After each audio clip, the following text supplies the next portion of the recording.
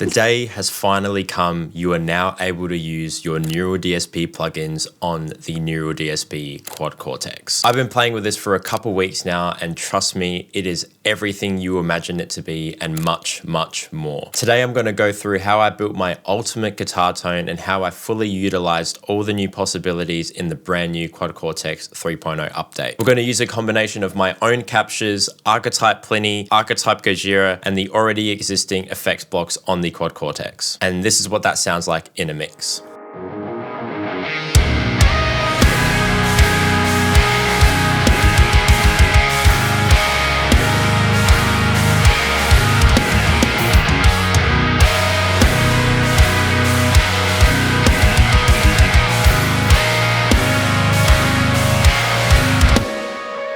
So jumping into the Quad Cortex, right now I'm using the Cortex Control app and it's mirroring everything that I have on my QC over here. And as you can see, I have all of my blocks loaded up for this tone. Again, we have some captures, we have some already existing blocks that were already in there before the 3.0 update. We have some new existing effects blocks that are brought in after the 3.0 update, like this sidechain gate, which we'll get into in a little bit. And most importantly, we have components from Archetype Pliny and Archetype Gojira within the Quad Cortex. Up first, we have this transpose knob over here, and right now it's bypassed, it's not turned on, but I do like turning it on in case I do want to get filthy. This particular module is taken straight from the transpose knob on the top of the plugins, and rather than giving you a mix control like the original pitch shifter does, this is essentially, it just transposes your guitar without the fine control, but it is using the latest algorithm and pitch correcting module that is used within the plugins. Up next, we have the first noise gate. So this is the utility gate. It was an effect that was always on the Quad Cortex, but I really like this gate because you can get really fine with how tight you want the gate to be. You can set the release, you can set the range, hold, attack, all that stuff. Right now I've got it dialed pretty high. My threshold is that when I move my hands on the neck of the guitar, I don't get any noise coming through. That's how tight I like it to be personally, but of course you can dial that into taste.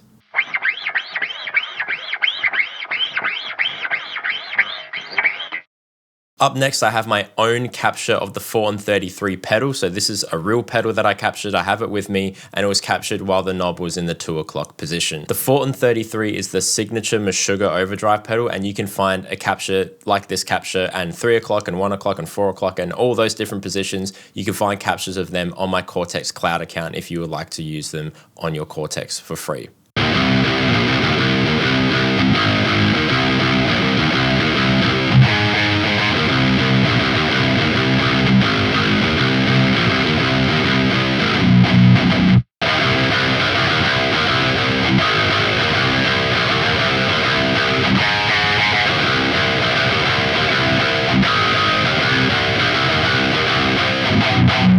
I picked this pedal in particular because it works really well with low-tuned guitars, just like the one that I used in the demo song. However, it does gain up the signal quite a bit and it brings up the noise floor a lot. To really get that finely tuned and super articulate high gain tone, I've added an additional noise gate after the overdrive pedal. Again, this is the brand new feature within the Quad Cortex 3.0 update. It's something that I've been asking for and a lot of people have been asking for a very long time. It is a side-chainable gate. And again, I've got it after the pedal, but the gate is interacting with my dry DI signal before the pedal. So as you can see here, when I click on the block, you can set the noise reduction, but you can choose the source of where the noise gate actually gets interacted with. So right now it's on input 2 because that's what my guitar is plugged into. And again, it's reacting to my DI before the pedal and affecting the sound of it after the pedal. This just makes everything cleaner in my experience and makes the gate react in a way that's more natural to your raw input from your DI and how you physically play the instrument, which is super important if you want to maintain that good feel and like a high gain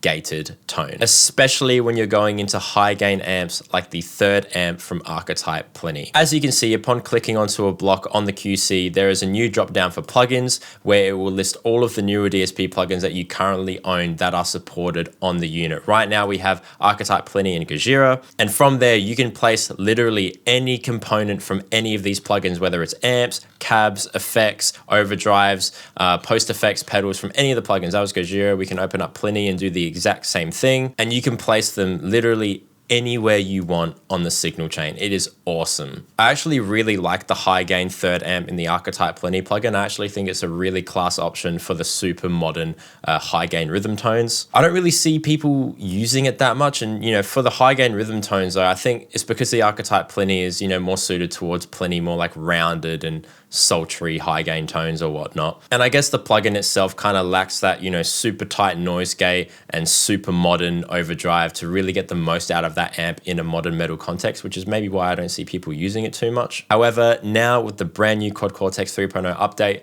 that is not an issue at all, and that is pretty much the whole point of this video.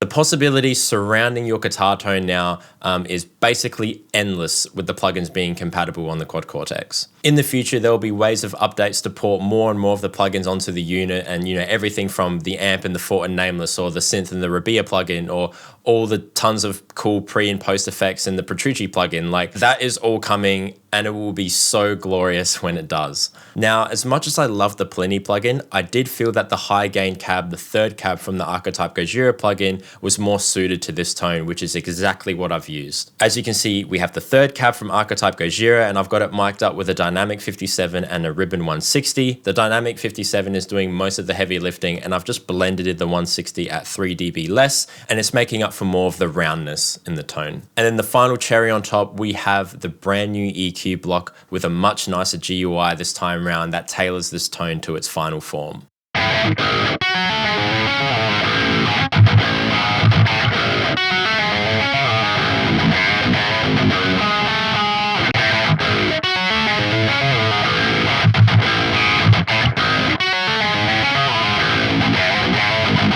Again, I treat these EQs very much like an extension of the tone, an extension of the amp, so to speak. I don't really want to do crazy moves and start pushing things like 3-4 dB. I do want to maintain most of the original character of the tone, so most of the moves are pretty minimal. However, when you put them all together, it does make a really nice difference to the tone. So as you can see, I'm boosting up a little bit of 65 Hertz to bring some more of that sub lows in there. I'm dipping 250, very standard for my tones, dipping 500 by half a dB, but then I'm boosting 2K, I'm boosting 8K just to bring a little bit more of that like pick attack and articulation into the tone. I do like that brighter kind of sound with my tone. I feel like it works a lot with my playing. And then to kind of make sure it doesn't get too hairy, I've dipped 4K by half a dB. So when all of that comes together, it sounds like this.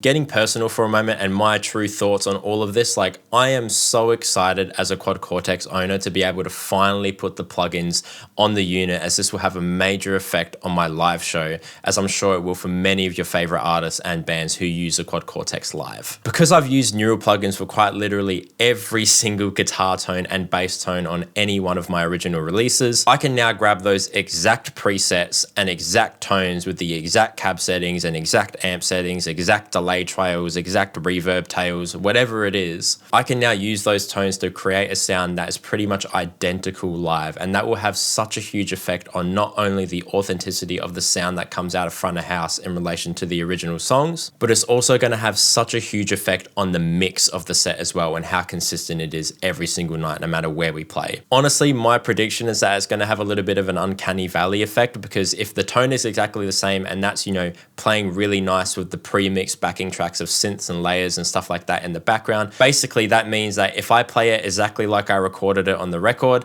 it will sound pretty much identical. But where the uncanny valley effect comes in is that it's on me to play it properly, because if you come into a show knowing a song and I bum a note or I mispick or something like that, it'll stick out like a sore thumb straight away, because again, everything else is pretty much the same. But that is a trade-off that I'm willing to make, because the sound will be that much more consistent every single night, and we can just push the speakers louder because the mix will be even tighter within itself. Right now, I am very, very glad that I have a whole folder on my computer dedicated to every single preset, and there's files for every single song that I've ever made, because I knew this would happen one day, and it's finally happening, and it's very exciting. If you've been on the fence about getting a Quad Cortex and you've been thinking about it for a while, now with this new Quad Cortex 3.0 update with the plugins and all the other extra features, I honestly could not think of a better time to pick one up than right now. If you've stuck to this point in the video, here's a 20% off code for all of my merch on my web store. That will only be active until the next one, so I'll see you then.